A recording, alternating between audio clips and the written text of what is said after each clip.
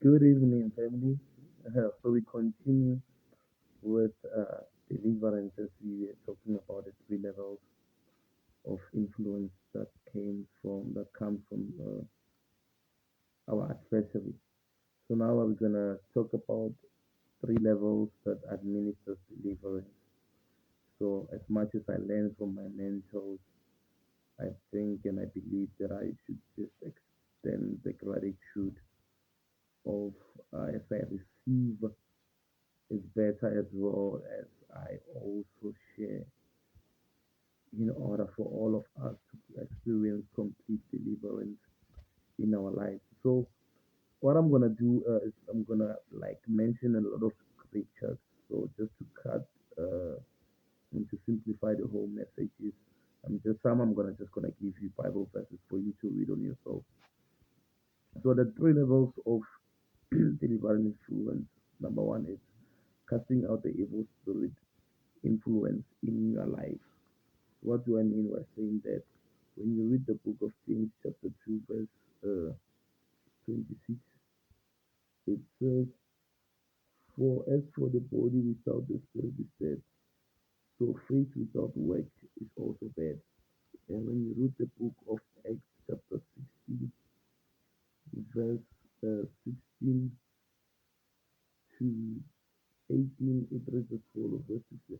Now it happens as we went to pray that a certain slave girl possessed with the spirit of divination met us, who brought her master much profit by fortune telling. This girl followed Paul and cried out and saying, "These are the men of the God of the Most High who proclaim their salvation."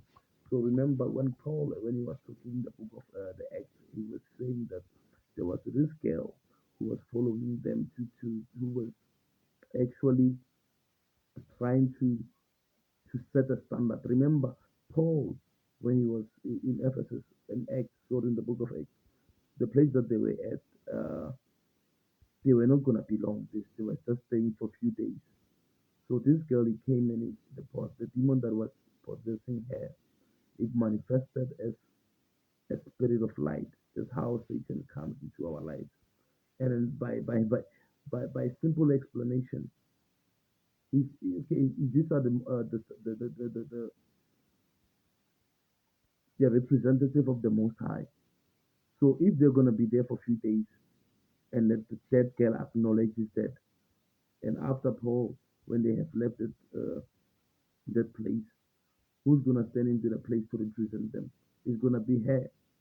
So this thing is never set well with Paul. So Paul rebuked that spirit. So three level of deliverance. Number one is casting out evil influences upon our lives, casting out evil spirits upon our lives. Number two is deliverance through transformation. You can read Mark chapter 5, verse 15. And then when I say transformation, it involves a reorientation of spiritual understanding. It also involves opening the believer up to the nature and the character of God and the principles of the kingdom. And also includes the transformation, closes the door of ignorance and empower a believer to rise above the influences of the darkness. So we should contend for transformation. As we get transformed and as we be transformed in our minds, in our thought patterns, it's where we can walk in the light of God in a more greener pasture.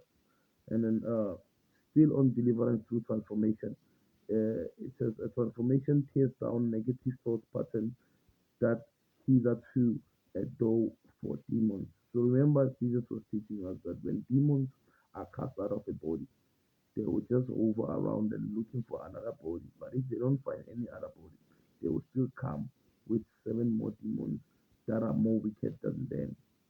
So as we contend for transformation in the thought pattern is that as soon as you receive deliverance, you should change your thought pattern in order for you not to be affected by the things that used to affect you the most. And as for that, you can read Proverbs chapter 4, verse 23, as well as Romans 12, verse 2. And then renewal and transformation happens through the knowledge. So all believers, we should have what we call a teaching priest. We should have a teaching priest. It can be your pastor, it can be an online pastor that you follow, but just any person who has a valid doctrine. And in a valid doctrine, it consists of three things. It should include the Old Testament, it should include the teaching of Jesus Christ, and thirdly, it should include the teaching of the apostles and the late church, as it is mentioned in the Bible. So number three is the three levels of deliverance is discipline of conformity. Discipline of conformity is like having respect for the principles of God. So what assists you is having an enabling grace of God. That's why Paul, when it comes to Philippians 4 verse 13, he says, "I can do all things through Christ who strengthens me." And also, it requires your willing power. You should be willing to contend for transformation. So these are two other factors how to conform, meaning how to adhere. You have to have discipline of the word, discipline your words. You have to discipline your words as you speak. Things that you used to declare in the past that are bad, don't declare them anymore. Things that used to invite the same thought patterns, reprogram your mind. And then number two, decisions of a quality decider, according to the words of Dr. Mike Murdoch. He says decisions decide destiny fulfillment. So what you decide to think in your mind, it will be the outcome of what you actually think.